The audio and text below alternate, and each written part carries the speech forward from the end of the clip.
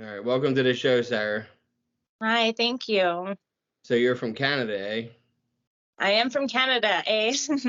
Yes, I'm up in Ottawa, Canada, and I'm a local abstract artist and have fallen into the entrepreneurship world through my recovery process. And I found that it's really helped develop my sense of self and give me a community that is on a upward trajectory, really growth focused, and I found that that's been really um, inspiring for me as a person. Yeah, I could see how that would be. I mean, I'm really into art. I have canvases all over my apartment that my wife has painted because she paints too. And but she does she paints whatever with whatever. And usually I'm like, do this from Bob's Burgers or do that do that from Bob's Burgers. That lady is the founder of the Comedy Store up in LA, out in LA. And I used to go to meetings in the Comedy Store, and I used to be a comedian. So I'm really into comedy in general. So I got a bunch of comedy shit too. Mhm. So what's your sober date? June 23rd, 2015. So over 8 years now.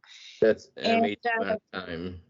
yeah, finally, I'm feeling like I want to talk about it because I think for a long time I felt like, oh, I'm only a year in, oh, I'm only 2 years in, oh, I'm only 3 years in. Like I just invalidated my experience for so many years, feeling like I hadn't made enough time to be able to truly say like, hey, I'm far enough in that like you can trust what I'm saying. Yeah.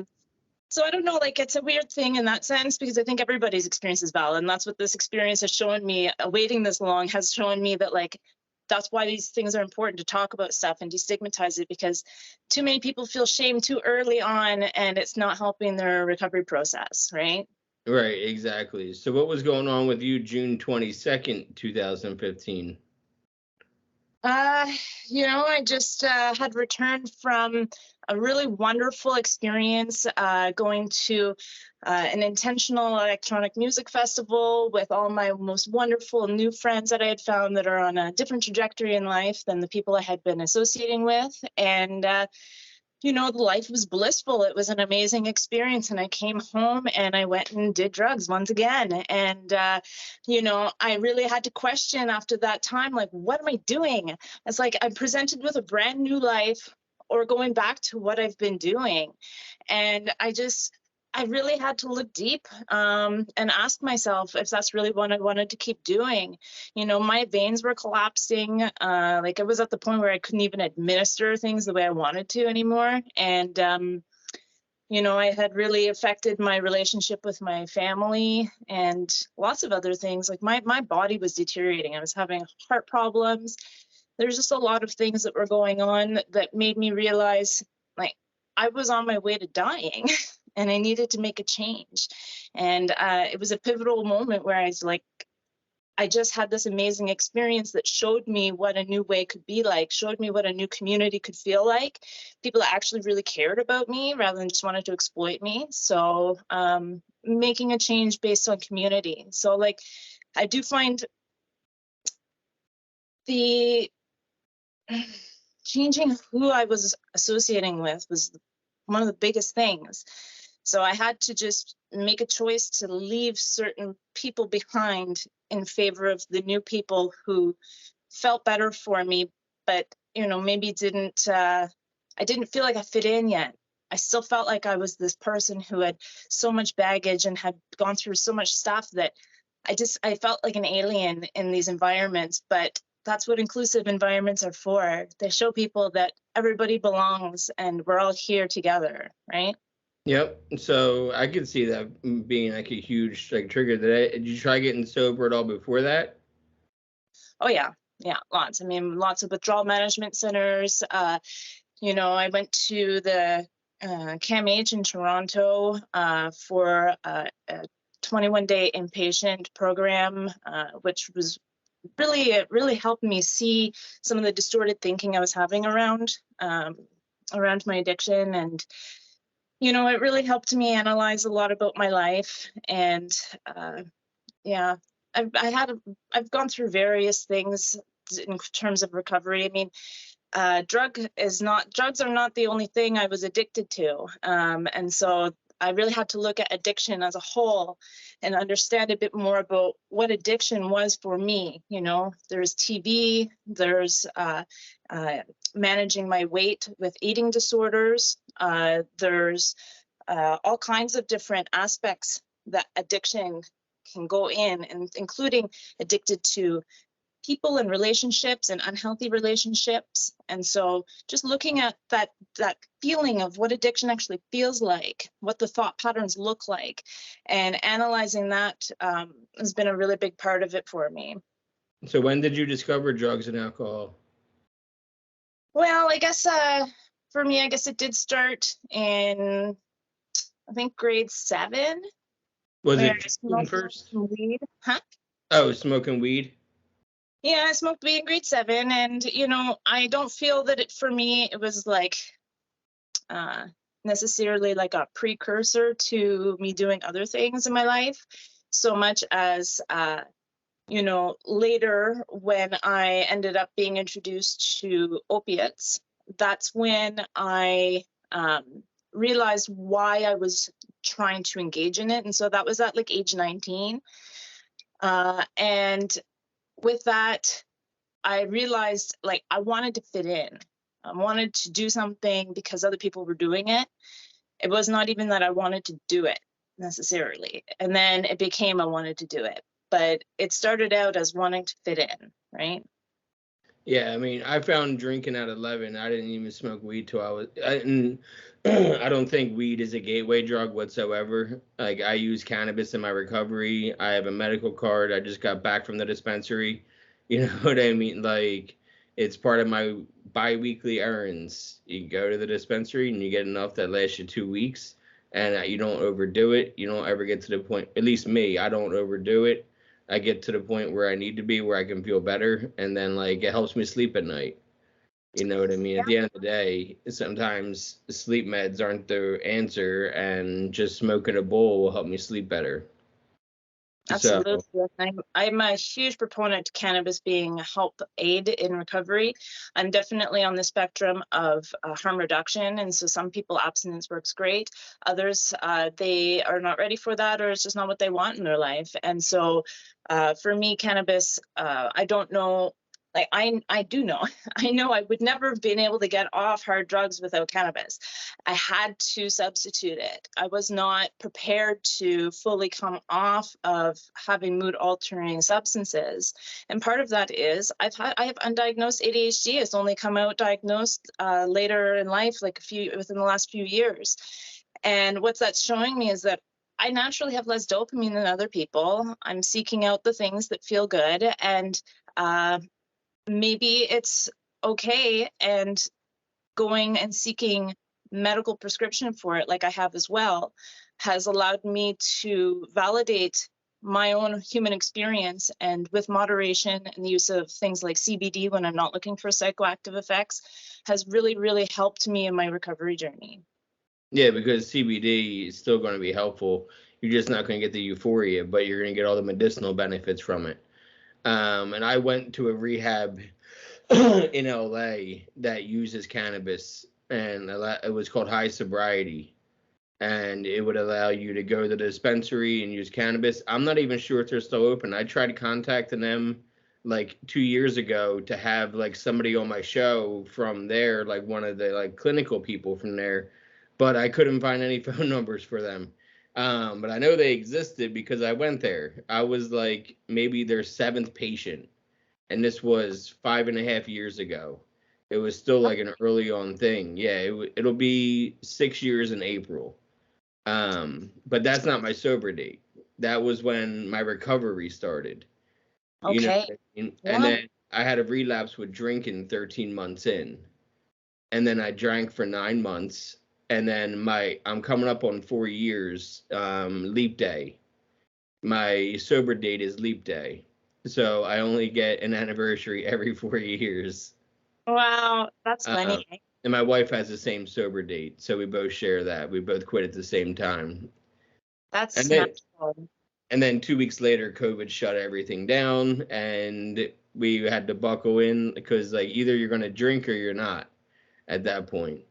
So Yeah, a lot of people did. It was a big time for a lot of people who actually started something that they had never dealt with before. And so good for you to be going the other way during that time. yeah, it was definitely, thought of and early on, like, hey, a shot of Jack would go good right about now and make it because you're watching this like the news every day was like more and more people. It's like it was depressing as hell. So I'm glad we could get through that kind of event. Like she lost her grandmother, I lost a lot of people were dying. Plus, like the fentanyl was getting running rampant during that time, and I think at least in America, there was 97,000 deaths from overdose in 2020, and 70 out of that 90,000 was fentanyl. Yeah, we're having huge problems here too. And we actually have safe injection site downtown, which is great. That's opened up since I was down there because when I was down on the streets, they didn't have that stuff. And, the places that we were, trying to administer things was not safe. And if something were to happen, we would never have been found. And that's sad.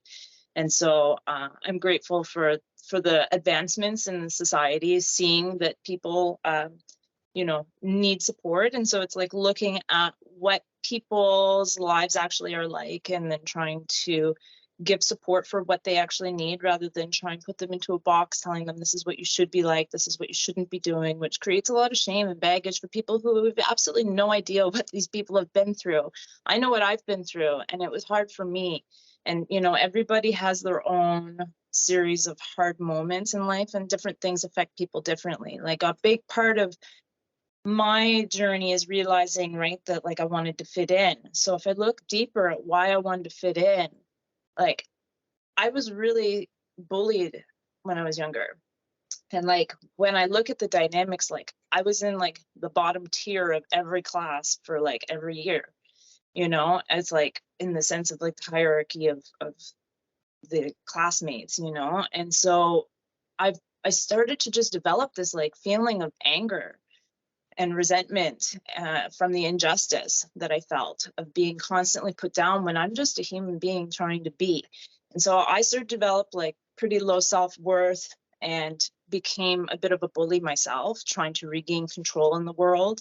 And I see now like a lot of it's probably undiagnosed neurodivergencies at that time where I just didn't fit in socially, and I didn't have a way of integrating into social networks with peers, and so over time I tried to do things like, as I was saying, control my weight with eating disorders as a way to try and mold myself to fit in a way that people were going to accept me because I had gained a bunch of weight, and that became a central focus for a lot of the teasing, right, for many, many years. And so, as I got into addictions, it also perpetuated a lot of my eating disorder problems, which happens a lot with people where they use the drugs to try and help manage their weight or even lose weight.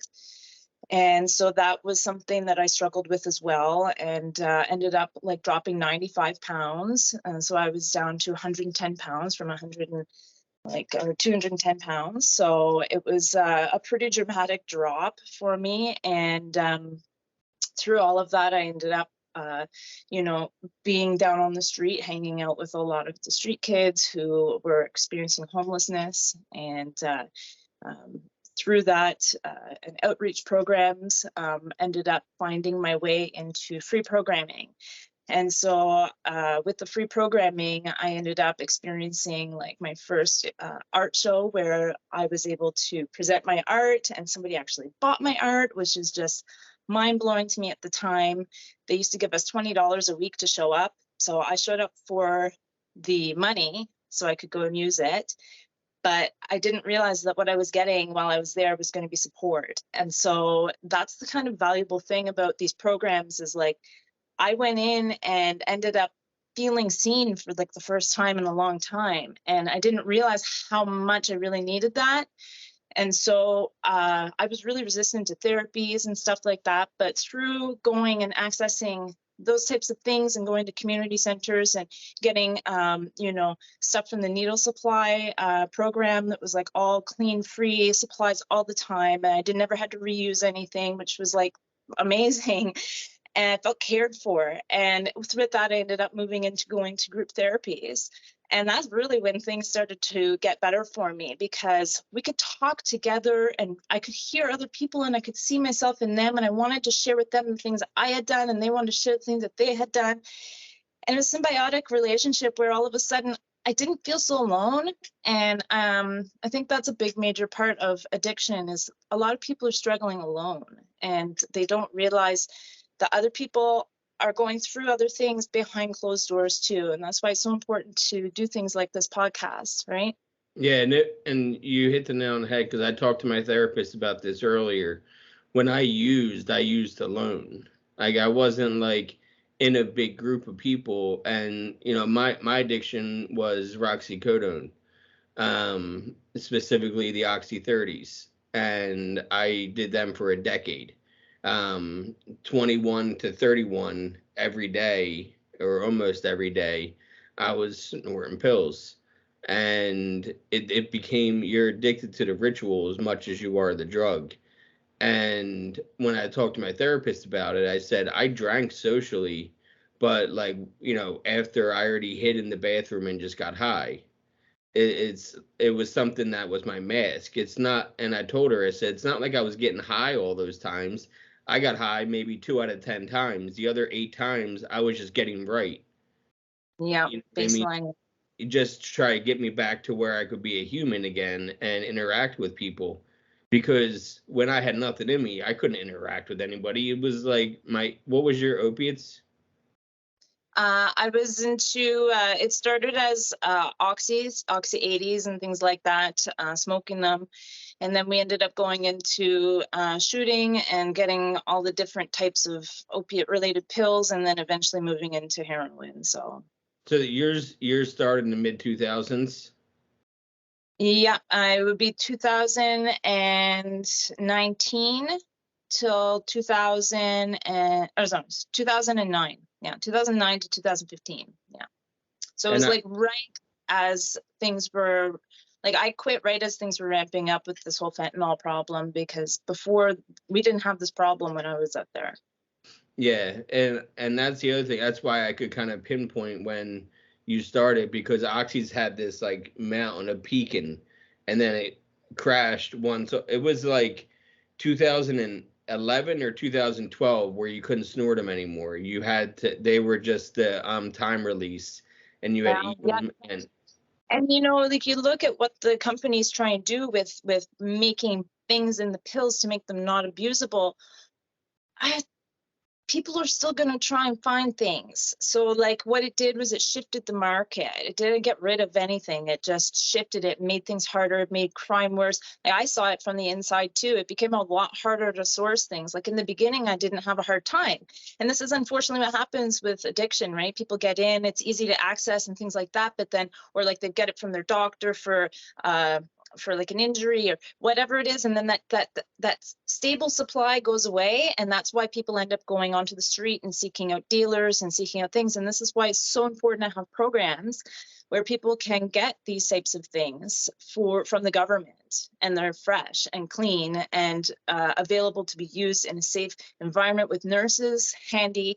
And what that is, I'm saying, is it's the same idea as the programs that I went to. Is people are coming in for one thing and they're getting something else. They're coming in to get their drugs. They're coming in to get the safe injection.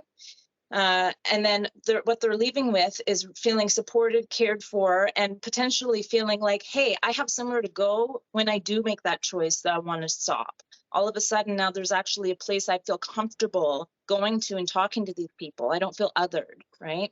yeah, That's the big. because you feel so isolated. And I also dealt with bullying, except for they were all like my best friends.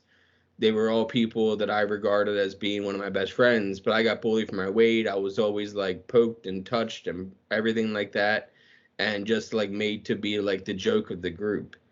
And so I totally get that ice, and that's why well, it's one of the reasons I became an alcoholic at 12.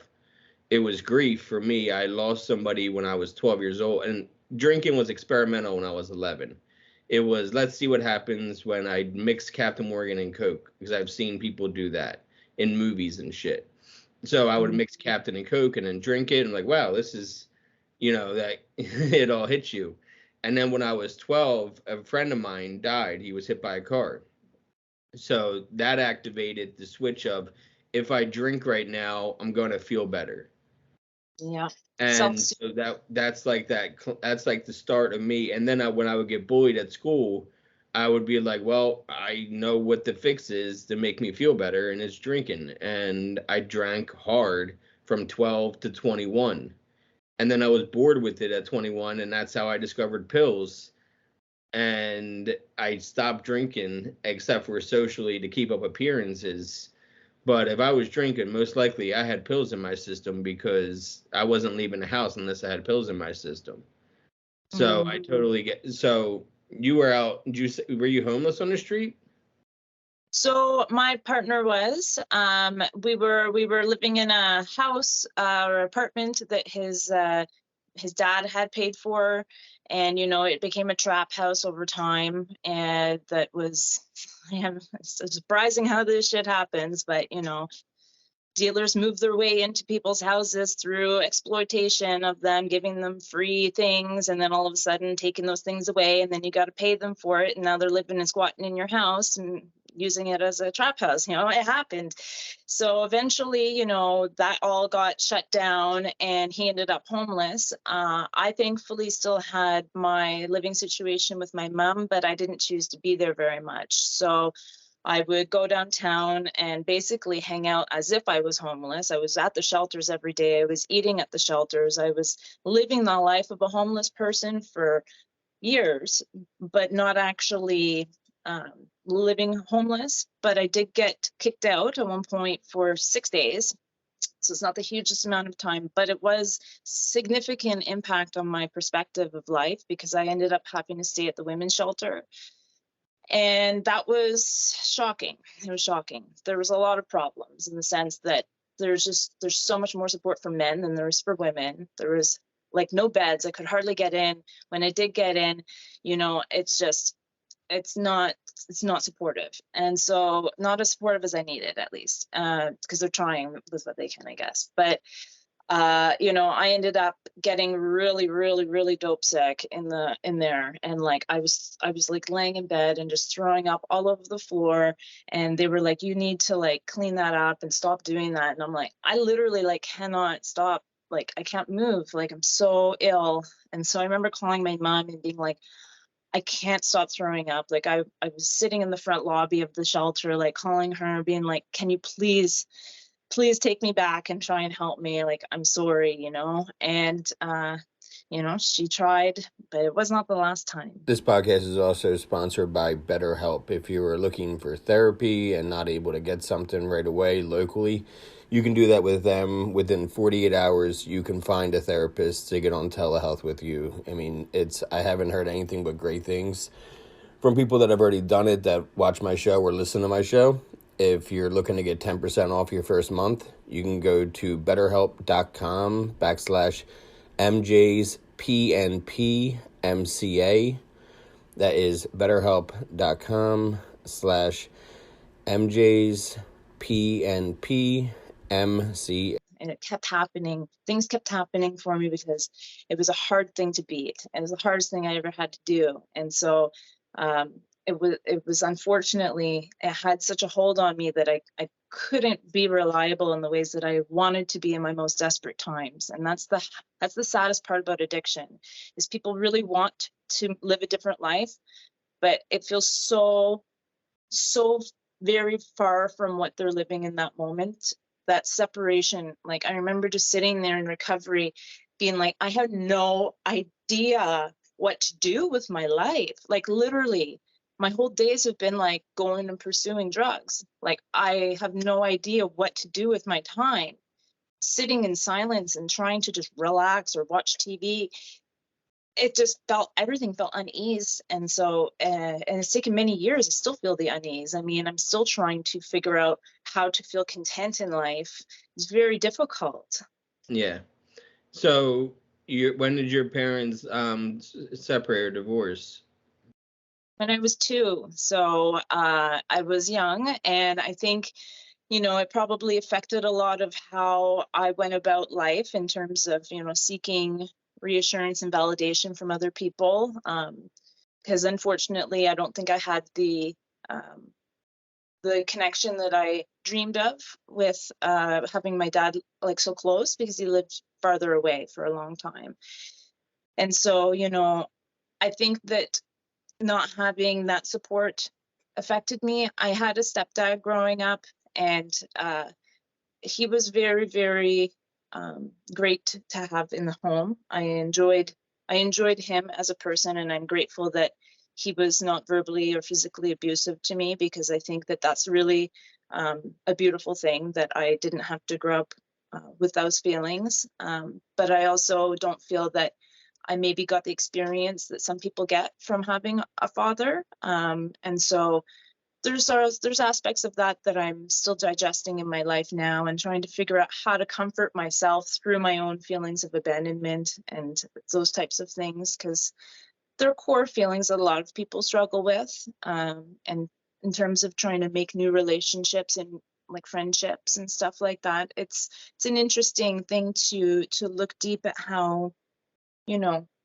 we seek out comfort in other people or in drugs or other things, right? And it's all bringing it back to those feelings of feeling centered in ourselves and not having to find things outwards. It's the intrinsic rather than the extrinsic. No, that makes complete sense. So, did you ever try? You went to rehab once in Toronto? Once in Toronto, lots of different withdrawal management center visits here in Ottawa. Lots of times just in my bed on the What's that? couch. I don't know what they are in, like Like a withdrawal management center? yeah. Yeah, so a withdrawal management center is a building that is designed only for the detox process. So it's like a detox center. And so they have like observation rooms that you go into when you first go in, where they kind of overlook you for the day or days that it takes to get through the initial worst parts of it. So it's usually like a communal space, multiple beds, and one communal bathroom with a shower. And so, just lots of people really, really ill, lots of grunting and groaning and puking and shitting. It was just horrible kind of feeling to be there in that moment. But I had the support of the staff that was there, and I felt that gave me a bit of a hope that I could get through it, because they were there helping me feel like I was strong enough to get through it, and I was in a supportive place. And so with that, after the initial observation time, they put you into another portion where you can start doing a bit of programming.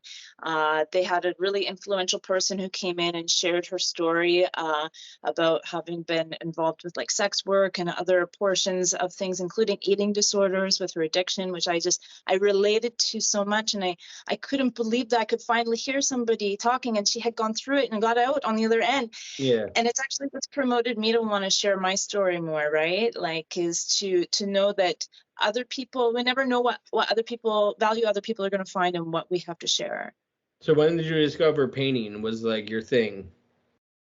Well, I've enjoyed painting for many, many, many years. But I guess as a career, it's something that I've been trying to pursue for, I guess, the last few years, after attending some business courses and stuff like that. And so that's been something that I guess I always knew that I enjoyed making art.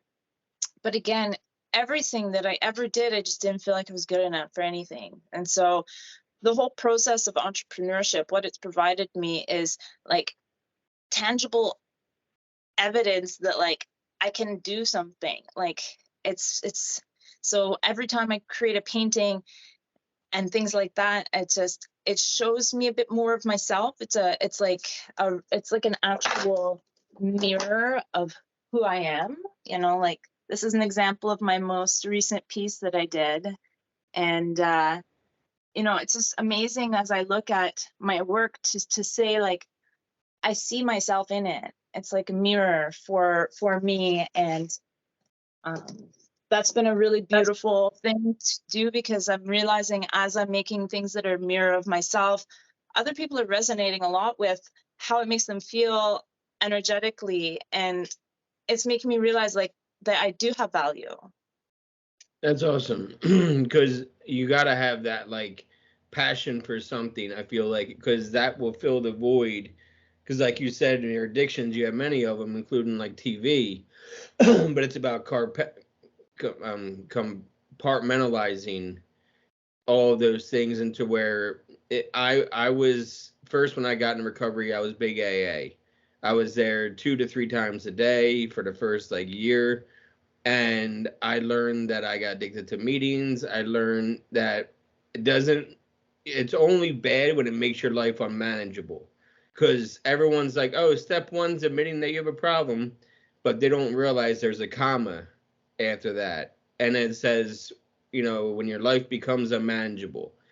And to me, that's the thing, is if I'm doing something to where, like, I'm not paying my bills on time because I'm smoking too much weed, then my life's unmanageable. Then, if I'm choosing one thing over the other every day, then my life's unmanageable. But there's times when I can get into bed, like, I don't feel like smoking, and just still get some sleep that night and know that I don't have to smoke if I don't feel like smoking. It's not something that I have to do every day in order to get through the day. And it's just been like trial and error in the last 5.5 years, of seeing which works for me and how it works for me and why it works for me and all of those things.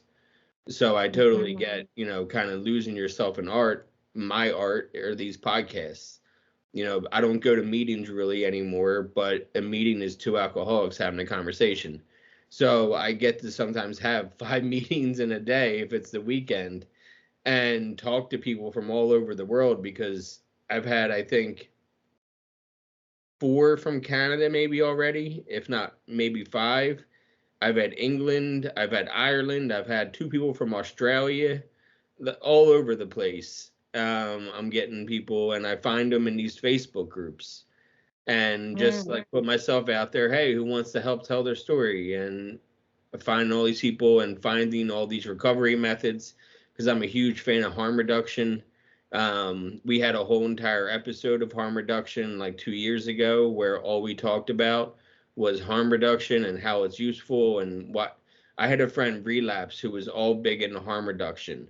And when she relapsed, she knew what she could do. She knew the test kits to get. She knew she can get them for free, and she could test out any of the dope she was doing to make sure it wasn't fentanyl. And these are things, that's why I say my recovery started 5.5 years ago. My sober date's different, but my recovery date is still important to me, because it's given me like a baseline of how I can live without the drugs anymore, if that makes sense. It does. It really does. And I think, harm reduction has a certain aspect of acceptance blended into it that I don't think abstinence always has, in the sense that the acceptance that sometimes we are going to do it. What would that look like?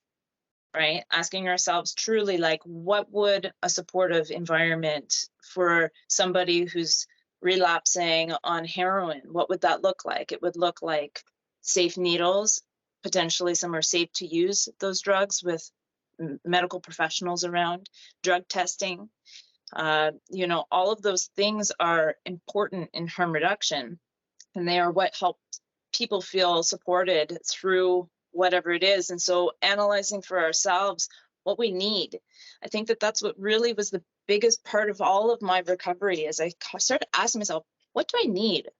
What do I want? What is it I actually even want to need in life? Like, I had never asked myself, what are my needs? What do I want? What is it I actually am wanting out of life? I really, it's a...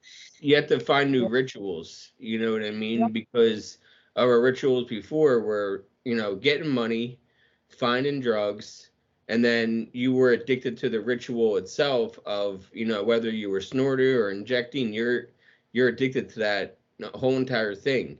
So I think that's why when you go to rehab, I know that's why when you go to rehab, they're like, make your bed, get a shower, do your laundry, and these are all new rituals that you have to learn to be a human again, because these are all things, even brushing your teeth. People don't realize if you weren't an addict, like brushing your teeth wasn't the first thing you thought of when you got up.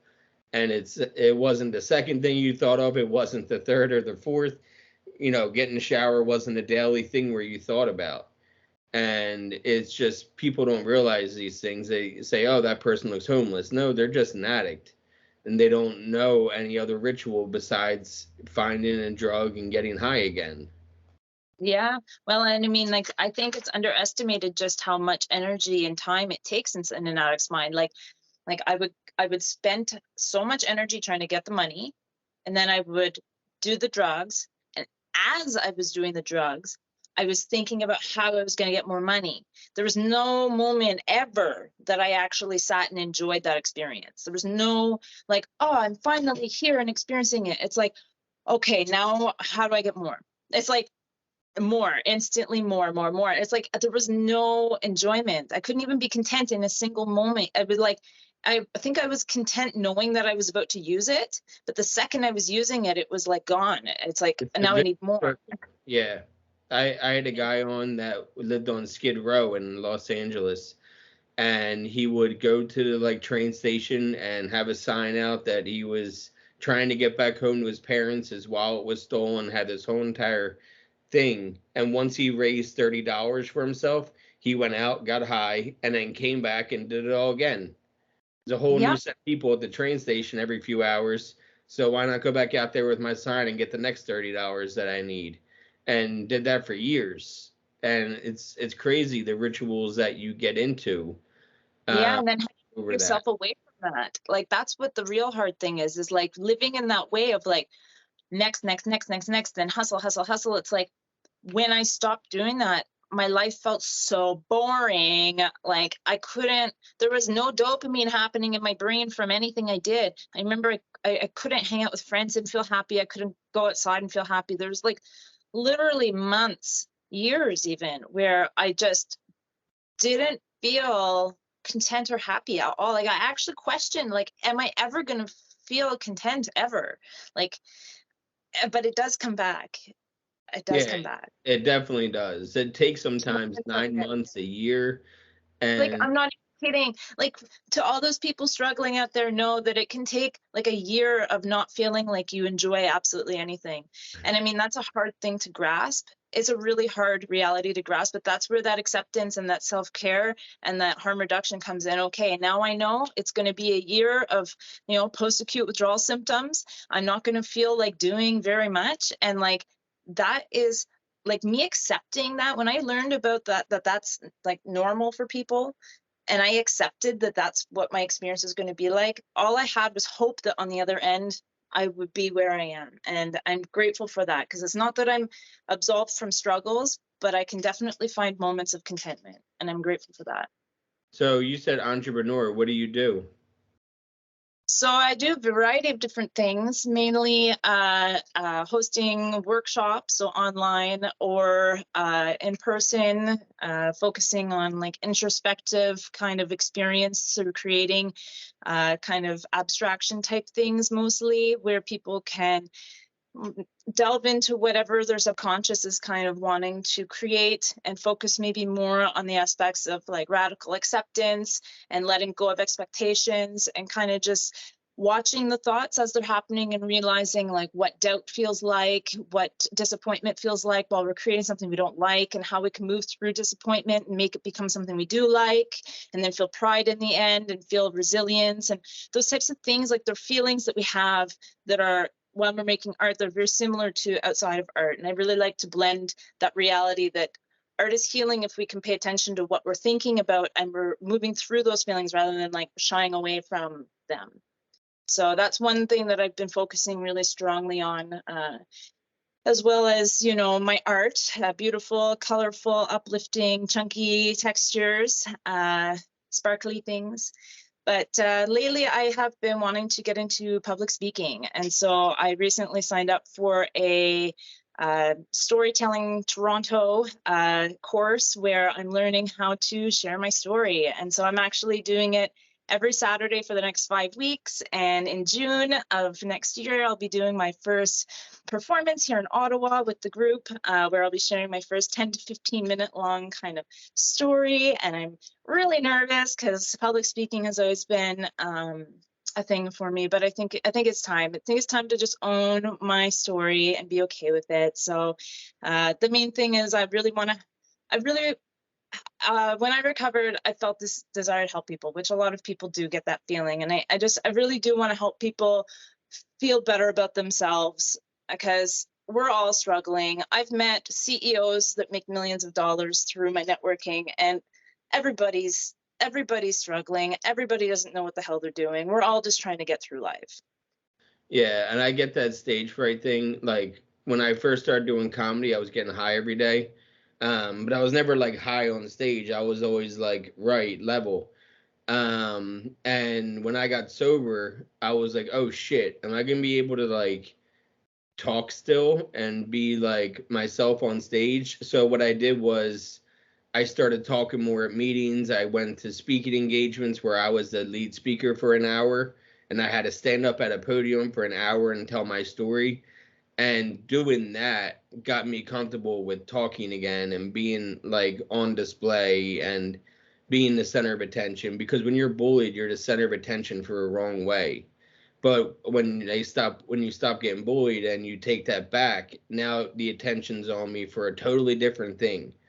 And it was really like took me a minute to get used to talking again in front of people. But once I realized the more vulnerable I am, the better it's coming across. So it's just something that I noticed in recovery is like, it's actually good to get all that vulnerable. It's okay to be vulnerable, and it's okay not to be okay.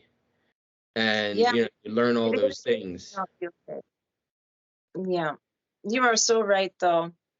Absolutely. And I think that the more people step into spaces where they can share their voice in podcasts, in public speaking, in writing, even to the writing and then reading it themselves, just reflecting back what we have to say about things that we've been through, I think is something meaningful. Even if people just record themselves speaking to themselves about their own stories, just so that they can understand for themselves. Like, I wrote a story the other day for my course there, that we were just like writing out little things. I think I can probably remember it right now because it's in my brain. It's a story. I was sitting in a wheelchair on Rideau Street in Ottawa, and the tops of my feet had been affected by these secondhand boots that I was given, and they were pressing on tendons on the top of my feet, causing them to become numb. And I ended up in this wheelchair. And so I was sitting there panhandling, and people were walking by me, and nobody was giving me any attention at all. Nobody cared at all. I got the feeling like I was worthless and they didn't mean anything. And then one person came up to me and put 25 cents in my cup. And it was the only person actually that stopped for those many hours I was there. The only person actually even looked at me. And I got to say thank you to that person, because they helped me feel seen in that moment. And I think that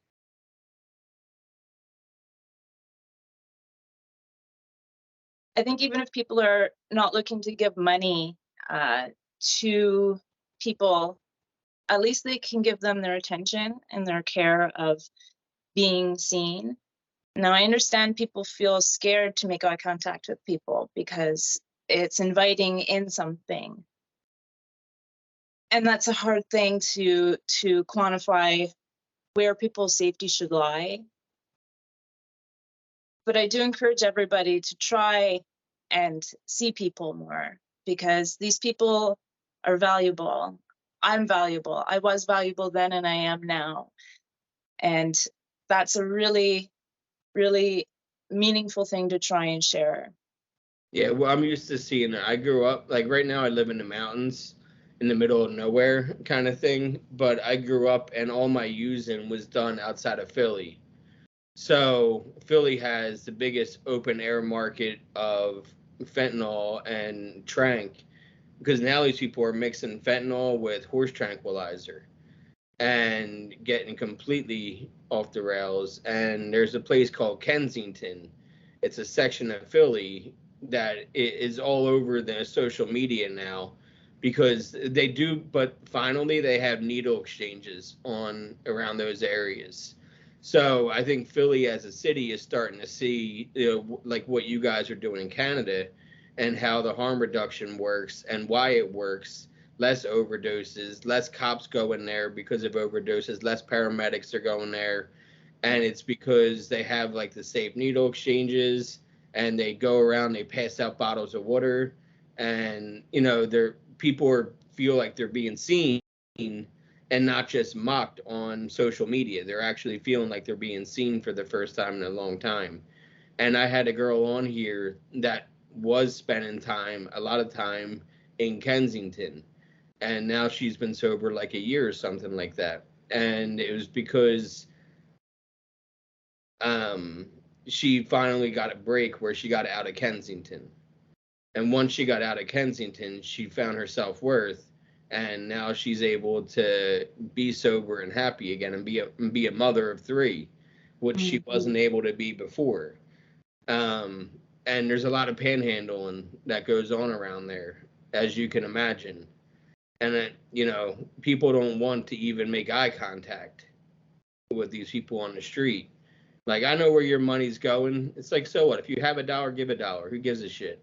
Yeah, but you know what? Even if you don't want to give your dollar, give your eye glance. Like that's where I think people need to go is just because you don't want to support where they're at in their life doesn't mean you can't acknowledge their presence as a human being. And I think that that's a huge thing because I know that people are asking for money and it's hard because what do you say to somebody? And I'm sorry I don't have any change, but I hope you have a great day. Yeah. I mean, that's a beautiful thing to say to somebody. I say it often, and I feel like people don't get seen that way. I feel like they look at me with awe that I've actually seen them. And I think that that's a big part of all of these types of services is as people feel like they belong.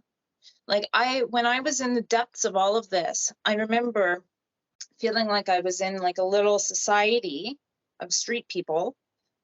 And I could see other people walking around like regular working human beings. And I was not the same as them. I was not part of their society. I was in a different societal structure. I was part of a micro society that within the society as a whole. And I don't know if I felt much of a bridge of how can I get from here to there. And I think that that's where a lot of these integrative services come in. Yeah, you're not wrong. And I think that's a great way to like tie up the podcast is just let people be seen. You know what I mean? Just and thank you for being so open. I know you're still getting used to telling your story, so I know it's not an easy thing to be. Like we said, it's not easy to be vulnerable, and it's not easy to be like, "Here I am, like take me or leave me," but it's worth it. And I'm worth it. You're worth it. If you're feeling like you don't have any worth, you do. And if you have any questions, let us know and we'll give you the answer. And if we don't know the answer, we'll look it up and we'll try to come to it together. So I appreciate you coming on and being open because that's the most important thing is that you're accepting of your past and you're open about it in your future. So this way you can help other people that are like you and like me.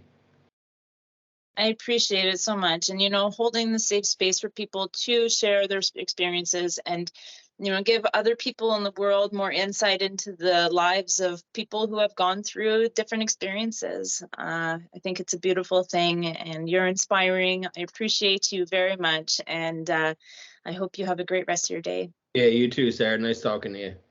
You too. Bye. Bye.